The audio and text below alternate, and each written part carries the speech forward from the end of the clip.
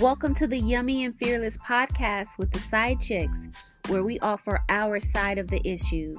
Thank you so much for listening. Please follow us at Yummy Fearless on Instagram, Twitter, Facebook, YouTube, and even Pinterest, where you'll find additional content from today's show. You can also listen to us on Apple iTunes, YouTube, Stitcher, and Spotify. Please rate, like, review, subscribe, and share. And if no one else has told you today, we love you. Now let's get into the show.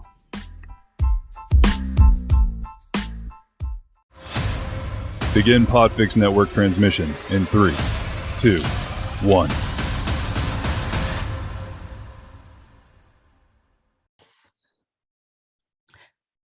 You crack me up talking about the nose hair, though. The nose hairs. It's like God's cruel little joke. That's like so God tacky. got jokes. That's so fucking tacky, man. Nose hairs.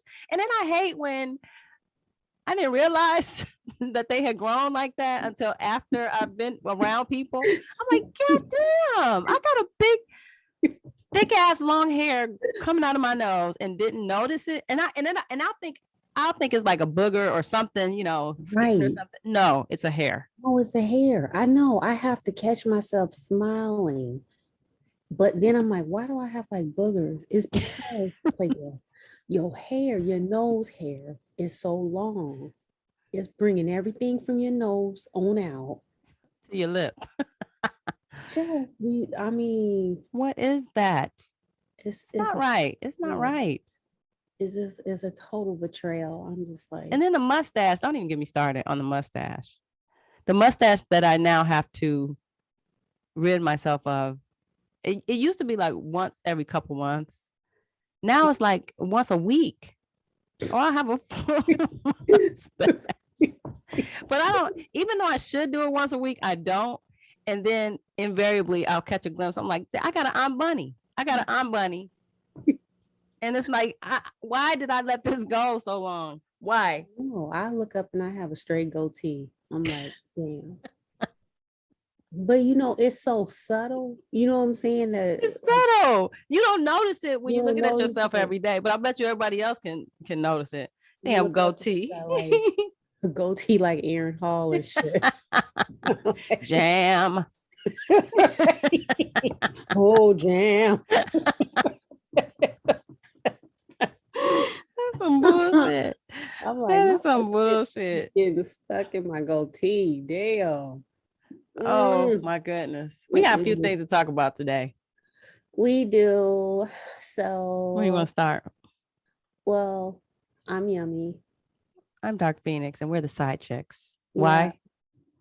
Because we give our side of the issue. We give our side of the issue. We give our side of the issues. Let me get my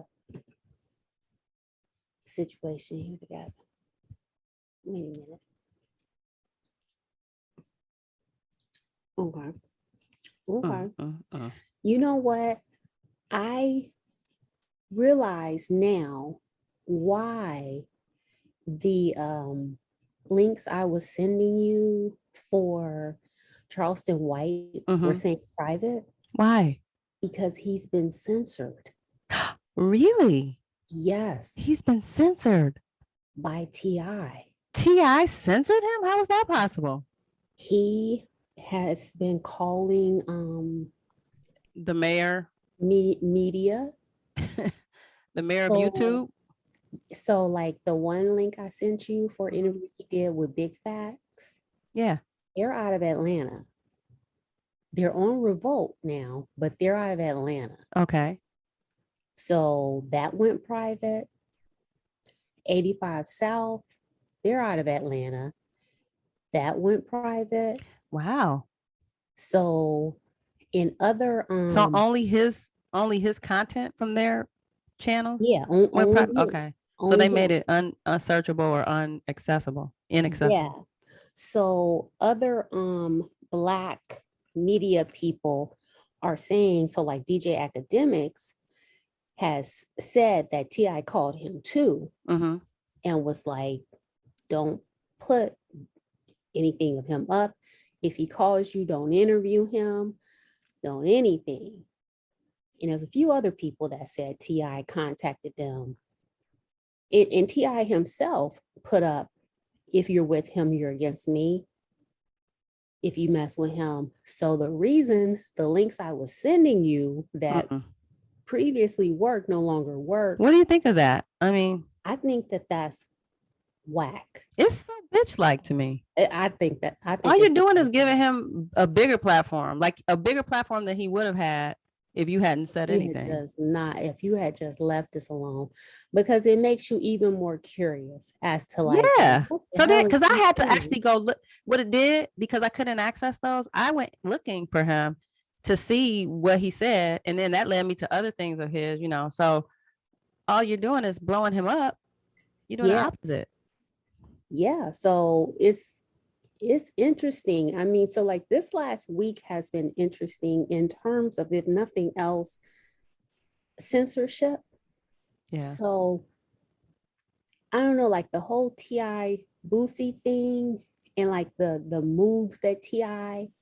has made, to me, are the antithesis of what hip hop was supposed to be, which is like this counterculture, because that's like some white man shit to me. Yeah. Like that's the power structure, which is really, and it's more revealing of who they really are, because they are the haves.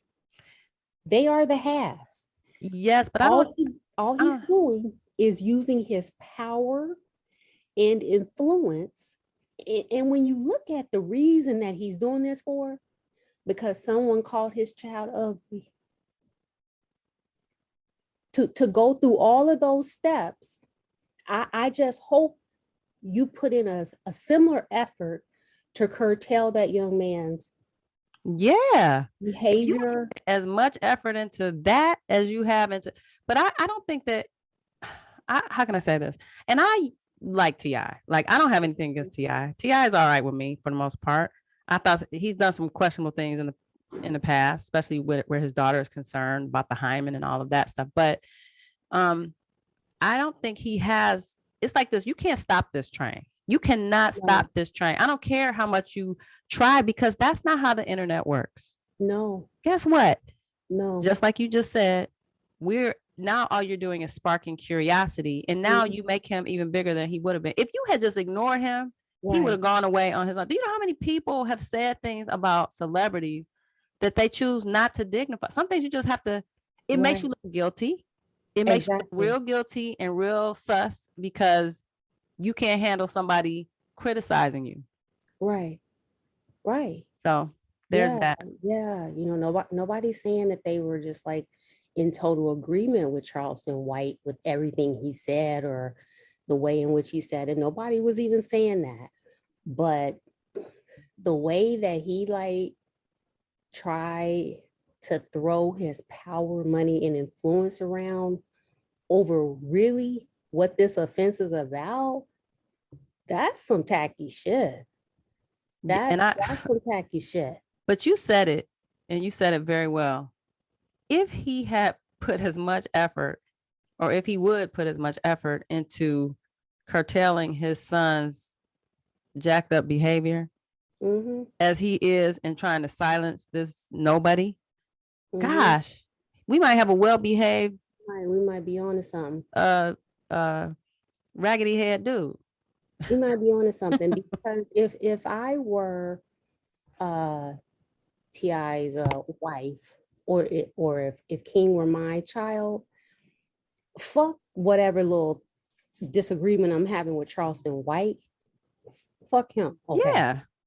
But the point here for me would be, I would want to be sure that I'm not sending the message to my child that what's more importance is the public's perception of what's going on and what I'm willing to do to try to defeat that aspect of it, opposed to the role that we are playing in this dynamic. Well said. So let's look at what we control, which isn't necessarily random motherfuckers' opinions of us. Yes.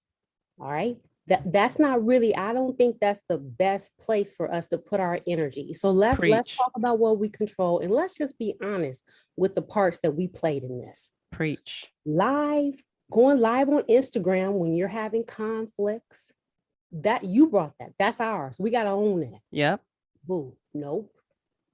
Going on Instagram smoking weed, that's ours. We Yep. got to eat that shit. Preach it. Nope. Preach. Preach. Going on Instagram threatening people, something you did, daddy, and the son did, that's ours. We need to eat that. Preach. So that's what you need to do. That's what you ground yourself in the reality of what part of this you own as well. Fuck Charleston White, because he gonna do him. But he got you on this one.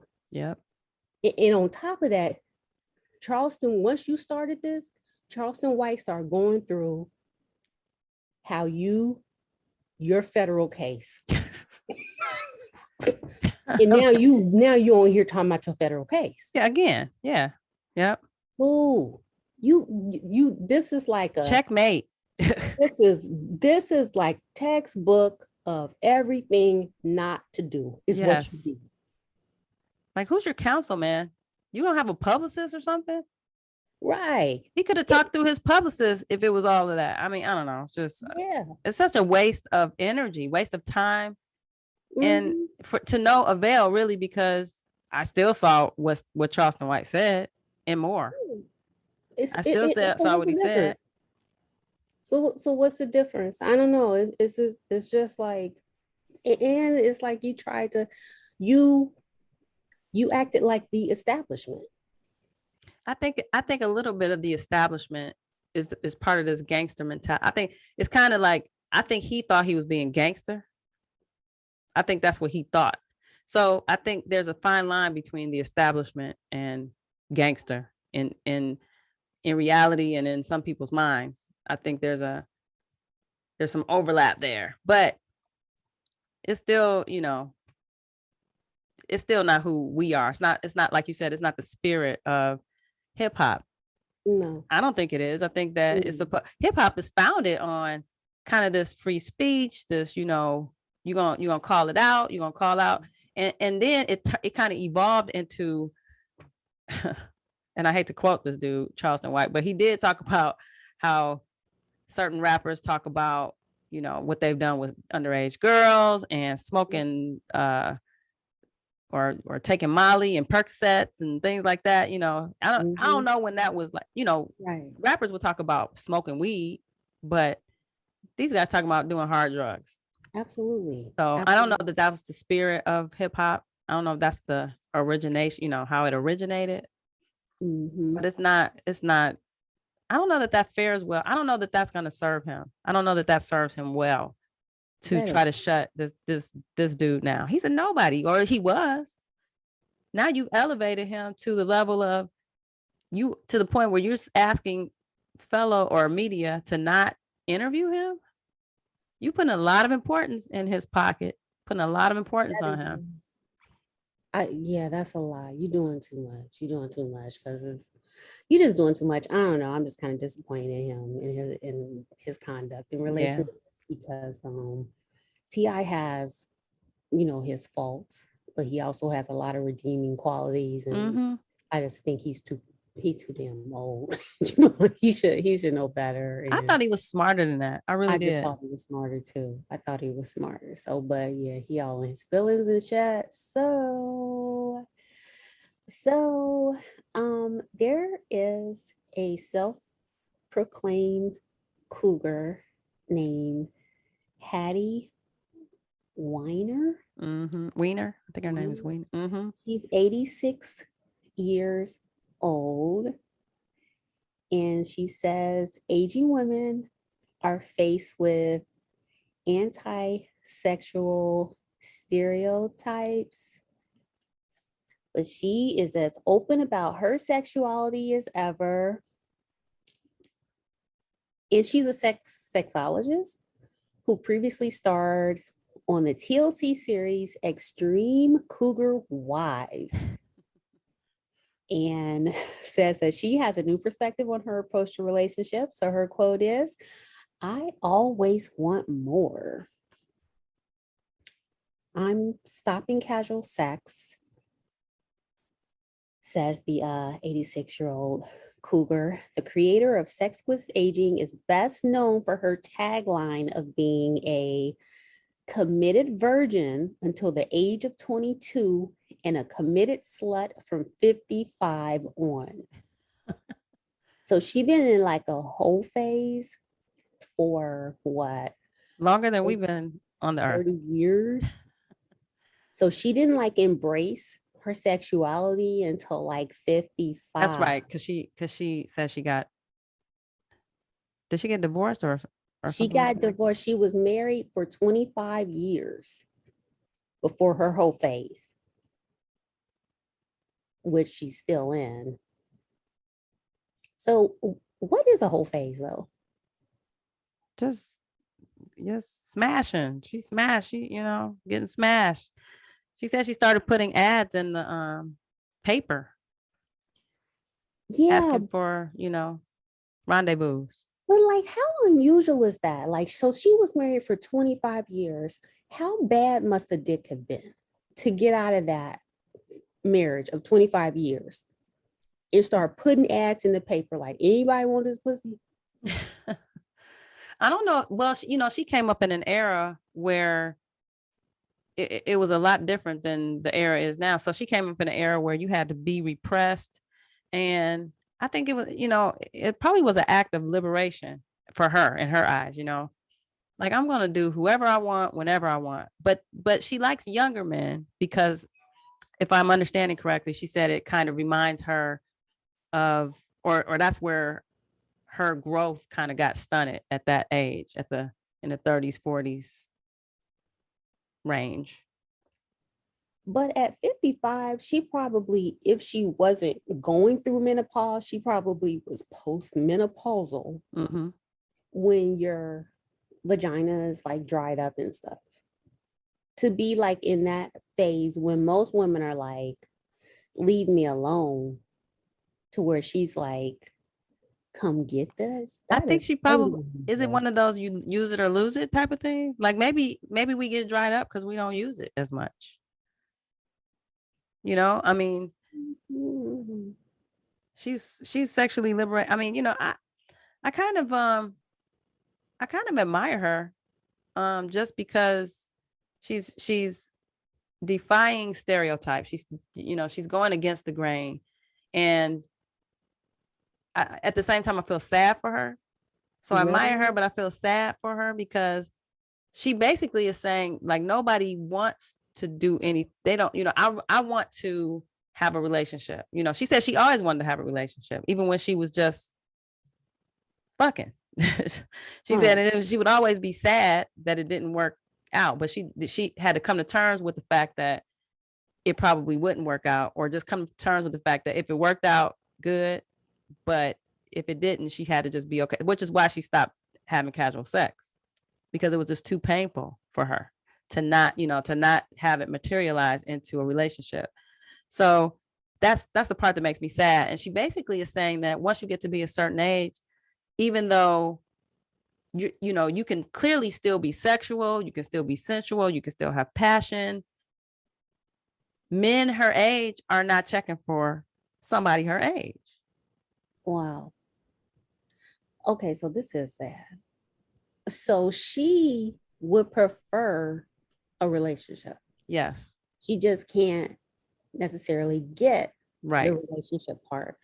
So she ends up just with the casual sex. Yes. Well, at least she did. Now she's kind of weaning herself off of the casual sex. But she talks about when she had she prefers younger men. She was dating this dude who's like 30 something, and he went away on a trip, and the girl, she thought it was just the two of them. They were just, vibing. But then the woman leaves a voicemail she was at his house, and she hears the voicemail of his ex-girlfriend saying, "Hey, I'm gonna come to town.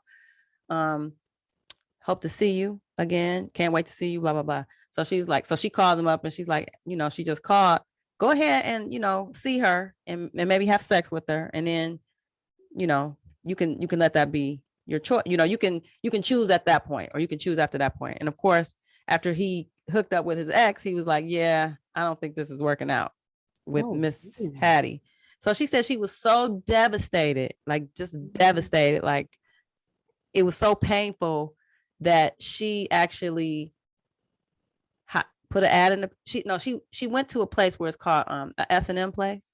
We call it sadomasochist place, where you could do role playing, I guess. And she asked a friend of hers to beat her, like flog her, because she felt like if she could have physical pain, it would somehow subdue the emotional pain. Oh, Hattie, that's intense. Yeah. So the casual sex was like, because she felt liberated, but at the same time, it's just sad because she really did want a relationship. So to me, this kind of like makes more of my point that most women are not interested in this shit. Not really. In having sex or not having multiple partners, but not like multiple partners are out there like just, hey, come everybody get this pussy, because that ain't what she even fucking wanted. Yeah. You know what?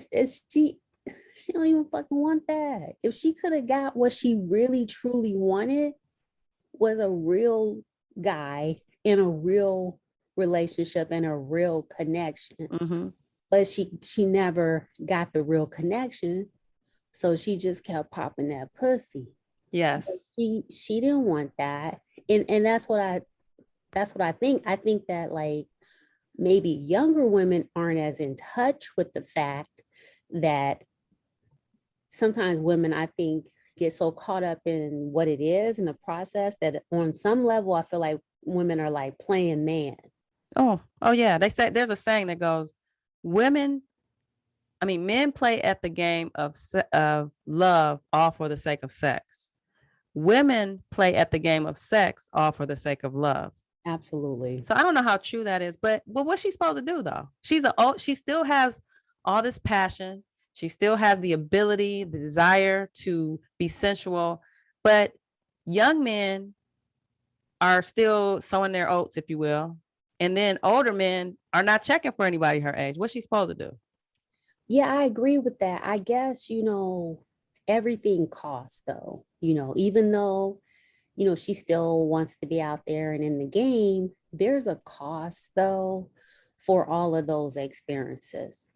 What, like soul ties? Because each time she has this little bit of hope in the back of her mind. And each motherfucking time they nut and keep moving. Yep. Each time. So like, but the article that I was reading, she was sort of making the point of how all of the imagery and stereotypes for older women are anti-sexual. So yeah. Which you agree with that? Yeah, I agree with. Because nobody wants to think of an older woman as being sexual. That's the last thing you want to think about when you see an older woman. Me being one, me being one. People don't see us as sexual. It is unfair though, because older men get to be sexual, even though technically they probably are the least sexual, because their dicks really stop working. That's what she said. She was like, their dicks don't even work. Their dicks don't even work. Right. So if there's anybody that's older that, society should be like, don't pay no attention to them, it should be men, because they should stop working. But women, we can be in the game. We can be in the game. We don't have ED. There's no erectile dysfunction that we have to contend with, but men do. So Hattie says that being a cougar or an older woman who fucks young guys or fucks all together, there's all sorts of stereotypes that go along with being old, and most of them are anti-sexual. And so, as you would imagine, I just used all those stereotypes and did the opposite. I dig it. So everything that everybody thought, Hattie just was, like, I'm just not doing it.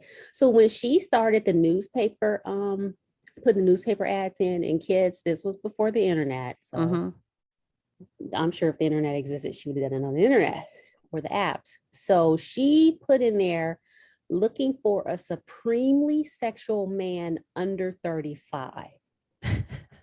She went hard. She went hard.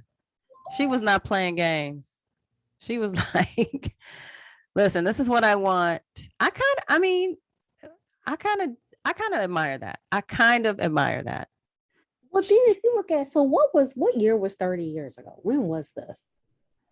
80s? So yeah, in the 80s? No, 90s. No, 80s. 80 something, in the 80s, late 80s. Yeah. So in the 80s, putting a ad in the paper like looking for a supremely sexual man under 35, that's some wild shit. And maybe that kind of protected her, or she thought, I imagine she probably thought that protected her on some level, because she didn't have to risk her heart. She probably thought, when she first started on the journey, she probably felt like, I'm gonna make sure that it's nothing but sexual, because I'm 55 years old. I'm not trying to have, they're not gonna want to kick it with me like that anyway, but maybe, we can smash. But then it turned into, wait a minute, maybe I want a little more. She said that she and her husband used to have a lot of sex, like a lot of sex. Really? All the time, 2 and 3 times a day. Yes. And she said it was after she started working outside the house, because she was like at home and he was the star. He was the, person who was out in the community. Once she became passionate about things in the community and kind of went outside the house, he couldn't take it. He was like, he couldn't. So he tried to, shut her down. He basically divorced her at that point. Told her in front of the kids, yeah, I'm divorcing your mother. Because he didn't like her getting any shine. He was cool as long as she was in the house and he was the one out there, in the community. But so she said they had a great sex life until then. Wow. So you saw a picture of her? Video. Okay. Now she dresses like a little hot mom. She is wild. She is wild, but I kind of like her style. I mean, she says she thrifts. She kind of thrifts. She wears whatever she, whatever's in her spirit to wear. And she feels like she can be her authentic self. She's kind of artsy. She got like an artsy kind of free spirit type of vibe about her. And she's really pretty. I think she's really pretty. Okay. So you like okay. No, I mean, I'm not saying she's not. Well, it's interesting because she said that most people like the idea that, this is her speaking, I'm having sex mostly because of how I look. Now, if I look like a typical 80-something-year-old, maybe people would say, who would fuck that wrinkled mess? She says people are allowed to love babies with their vomit and with their smelly diapers, but they're not allowed to love themselves in the same way. Now, I'm not saying you should have a smelly diaper, but make sure that you do what you do to feel good. But when I look at her, she does look 86 to me. She looks 86, but she looks good though. She's really attractive. She's an attractive woman. I'm sure that when she was younger, say in her 50s, I'm sure she was still a stunner. Yeah. Because I think she's beautiful even now. Now, of course, she's in decent shape for an 86-year-old, but she's still like, she ain't moving real fast and all that kind of stuff. She could have a cane pretty soon, So the picture I have, she has on, I think, a little skirt, like a little hot mama skirt and cowboy boots. Yeah, the cowboy boots and the cowboy hat killed me. Yeah. That killed me. It's like a leopard cowboy hat and some colorful ass boots. I'm like, you better go, girl. And a little hot mama skirt. Yeah. So has your appearance ever held you back from sexual experiences? My appearance. I don't even know. Um, not yet. Um, not yet that I know of. I mean, I don't know. I don't know what I don't know. You know what I'm saying? I'm Yeah. sure somebody looked at me and was like, "Oh, hell to the no," you know. But I never interacted with those people because they weren't checking for me. So maybe that helped me back from having sex with somebody that I might have had sex. I don't know. What are you thinking?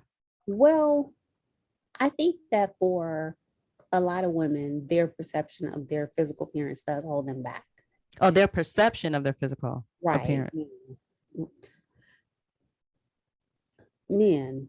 Men don't give They give- clearly, clearly you got an 86-year-old woman who is still getting it in. Somebody climbing up on that shit. Right. So Somebody men climbing up don't give a damn. men will climb up on each other. Yeah, You pretty know, much. They come on. They don't Give care. them a soft, wet container and It can be a hard, smelly asshole.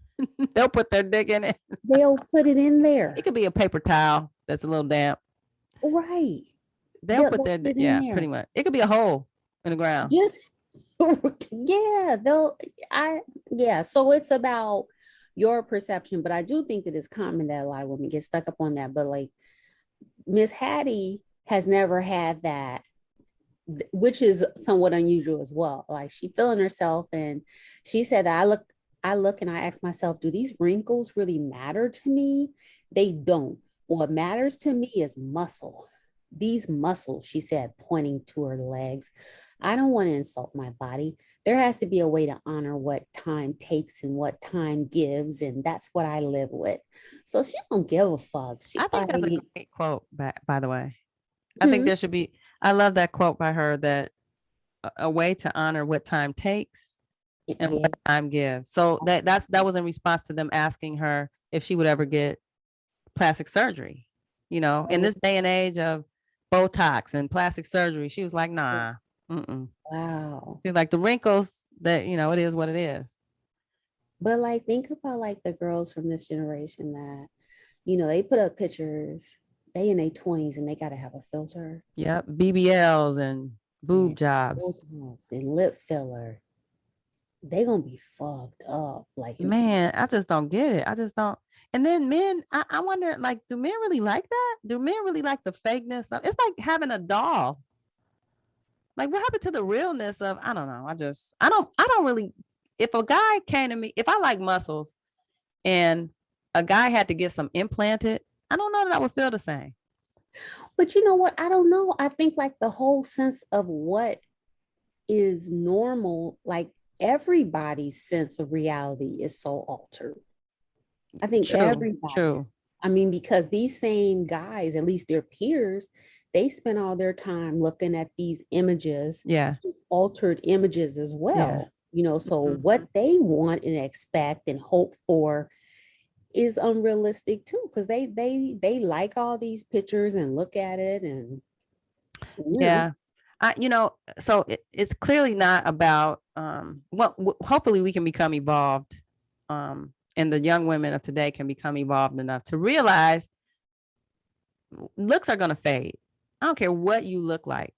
Those looks are going to fade. And what do you have at that point? Now, what I hope for Miss Hattie is that, because I feel inspired by her, how liberated she was and is, that she is really breaking barriers and dispelling myths and stereotypes about what it means to be an older woman. I love that. I do, however, want to see her with, with one person that, really lights her fire and can match her sexuality, and where she can have a man, because she that's what she wants. She wants a man. she wants a man. So You don't want to just have sex. right. And I'm hoping that for her, because that's what that girl wants. So That's the So love. the moral of I think at the end of the day, the moral of the story is women, even older women of a certain age, still have desires. They still matter. They want to, society wants to discard us and them, and look at us. We all want to be desired. Everybody wants to be desired at some point. I don't care how old you get. And if she still has passion and the propensity to get it in, who is society to be like, no, you're an old lady, you should be a grandma or something. Go be a grandma. You're not sexual. Right. Forget that. Yeah. We still have desires, and by golly, we still have sex, apparently. Yeah. Well, she does. I'm gonna have to live vicariously through her. Yeah, I heard older women have sex. I don't know. Oh yeah. That's what I heard. I guess I'll never know. Yeah, I'm excited for her. Bless her heart and all the rest of you out there doing it. So is Chris Rock ever going to get over being smacked? Stay tuned. Let's talk about it. If you haven't heard about Anchor, it's the easiest way to make a podcast. Let me explain. First off, it's free. And there are creation tools that allow you to record and edit your podcast right from your phone or computer. Then Anchor will distribute your podcast for you, so it can be heard on Spotify, Apple Podcasts, and many, many more. Then you can make money from your podcast with no minimum listenership. It's everything you need to make a podcast all in one place. So download the free Anchor app or go to anchor.fm to get started. That's Anchor, ANCHOR.FM, and get started making your own podcast. Thank you for listening. If you like what you heard, review, subscribe, and share. It helps other listeners find us.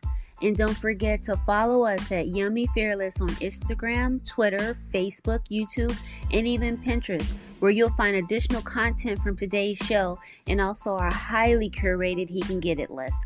As always, you can listen to the Yummy and Fearless podcast with the Side Chicks on Apple iTunes, YouTube, Stitcher, and Spotify.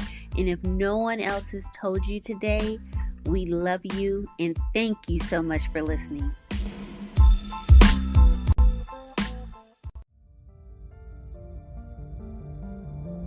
You've been listening to a podcast of the Podfix Network. Discover more audible gems like this at podfixnetwork.com.